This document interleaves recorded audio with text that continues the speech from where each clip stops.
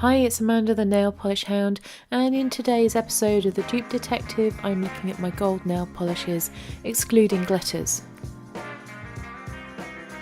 First of all we have See How Far You Go by Nicole by OPI, and I got this in a D-stash from George's Nails 83, and it's a very pretty green gold shimmery polish. It is quite sheer, it might be better used as a topper. I'm going to try it as both that and a mani and see if I like it enough to keep it. Next we have Peridot, if that's how you pronounce it, by Chanel, and this is another greeny gold polish.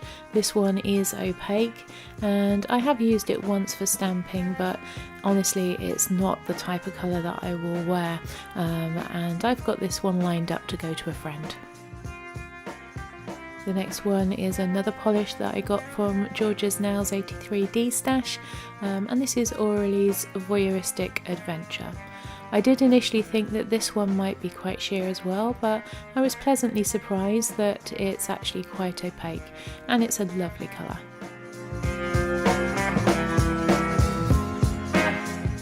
Next we have Guilty Party by Sally Hansen. I picked this one up in TK Maxx. I really love this sort of colour.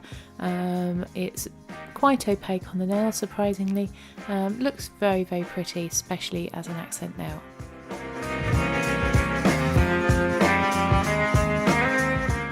Then we have Essie's Jiggle High, Jiggle Low, and I sought this one out after seeing it on someone's channel, can't remember whose. I have actually got a backup full-size bottle of this as well.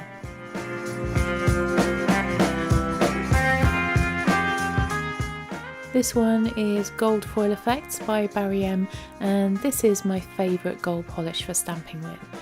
I also have a backup of this one.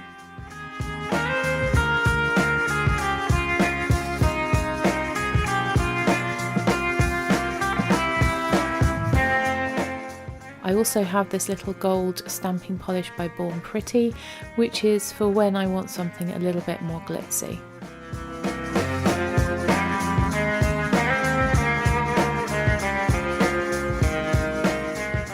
Sawyer's Goldie is quite similar in colour to the previous Born Pretty stamping polish, and this is not the sort of colour that I would normally wear as a manicure. It's a bit too yellow for me. I did think that I would try out Goldie as a stamping polish, and it did stamp, but it was a very subtle effect, so I think this one will be going. Moving into the golds now that are verging on copper but not quite there, we have got Essie's Leggy Legend, and I really love this polish. It's beautiful both in a manicure and for stamping.